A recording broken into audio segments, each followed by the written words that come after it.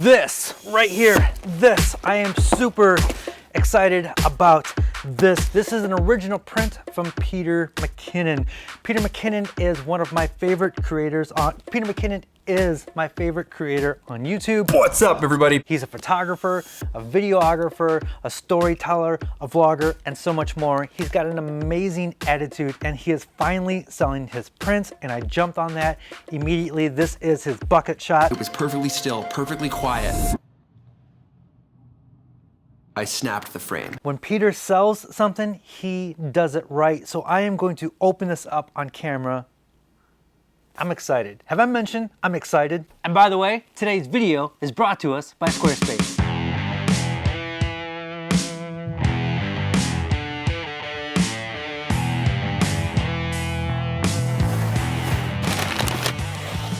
Number 116.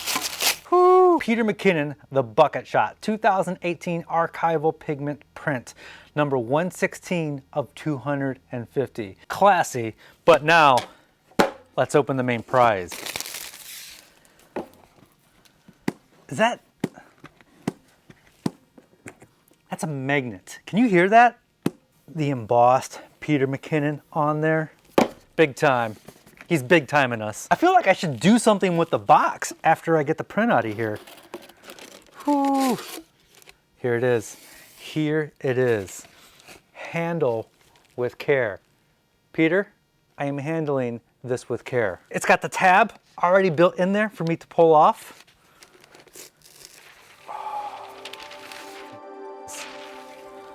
That is the bucket shot. Some of you already know this. The reason I got into woodworking is to frame my photography, and then woodworking just kind of took over my life, and then YouTube became my main career. I still have this deep passion for photography, but woodworking is my main bread and butter. One of the things I always keep in mind while making picture frames is the art is the focus and not the frame.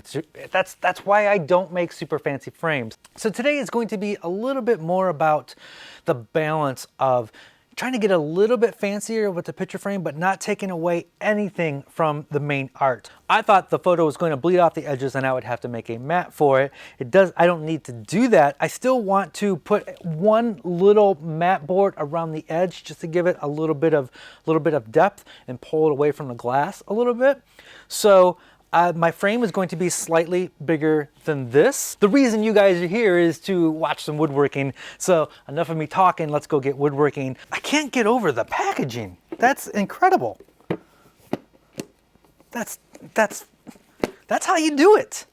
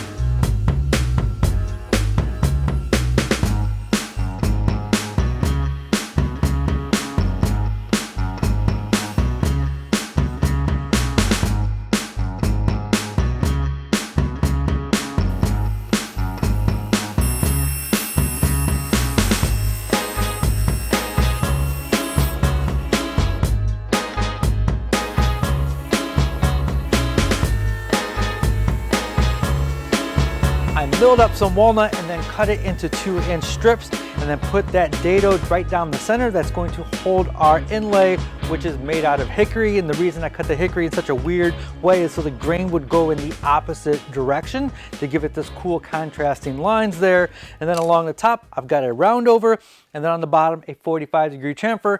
And then on the back, I have a 3/8 rabbet to hold our artwork. So now I'm going to glue in our inlay pieces, and they fit in there nice and snug. Then I'm going to head back over to the table saw, and I'm going to use my picture frame sled to cut the 45s. I've got an entire video on the making of that sled. If you're going to make picture frames, you're going to want to make the sled. You get perfect miters every single time. And then after that, we are going to reinforce those weak ass miter joints with another jig that I've made, and of course I've got a video on that as well.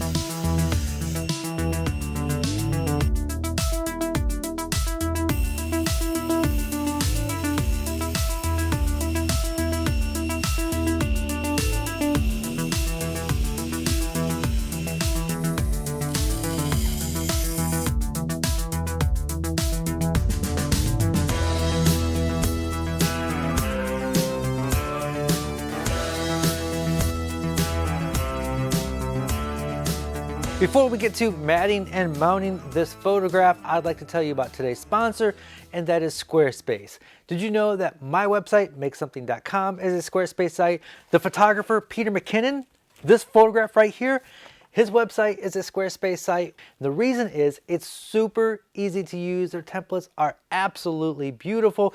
If you are a photographer, or if you're a maker, or a crafter, or a woodworker like me, it's a great way to show off your work. It's a great way to get clients. And like on my store, you can sell both downloadable digital items and physical items. It's almost 2022. We are all our own personal brands now. We all need a website. I was a Squarespace user long before they were a sponsor, and that's just because it's easy to use. I like my life to be easy. I want my website to be simple.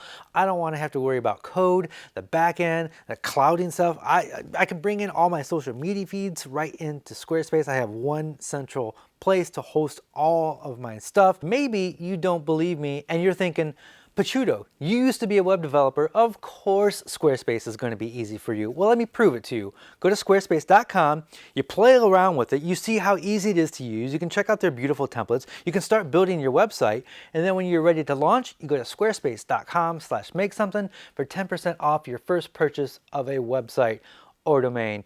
Thank you, Squarespace, for sponsoring today's video. Now let's get back to framing this Peter McKinnon photograph. I've got the mat board cut, and I've got the backing board cut, and I cut the glass. I've gone over all of this in details in previous photos, and we talk about the mat cutter that I use. It actually cuts a 45. You can see the white core in there, which gives it a nice classy look. Now typically, to attach the mat, you'll put a piece of tape here and here, some acid-free tape there, and then lay your mat on top of that. Because this mat is not covering up any of the photograph and I want that white border, it's going to be easier for me if I do this upside down. I put a piece of tape on here and just hinge it at the top. And you only want to tape the top, and you don't want the tape to go too far into the artwork, and that allows the paper to move. I can drop in my picture, this backing board. This is a point driver. This is a specialty tool that is made just for this job. You don't have to have this tool. In my picture framing video, I show how to drive in a nail with some channel clamps. But if you want to be profesh, so now I'm going to cut a piece of craft paper that is bigger than my frame. I am taping down some craft paper. I'm going to try to pull it as tight as I can. Some people will spray this with water, so when it dries, it pulls a little tighter. Most people would use tape, but I like using spray adhesive. And now, we'll set this on top. And if I did that right, we should have a very professional dust cover. I'm just going to trim off a little bit more here on the edges so you definitely can't see it from the side. Add some hanging wire. Put some rubber bumpers on the bottom so it offsets the wall just a little bit. And we are done. Look at that. And that is it. This is going to get hung up in my office. The label there, it says "Have professionally framed." So Peter, hopefully that qualifies as professionally framed. Thank you for watching. If you think I deserved it, give me that subscription and hit that notification bell. I put out new woodworking videos nearly every week. So that is going to wrap it up. As always, be safe, have fun, stay passionate, and make something.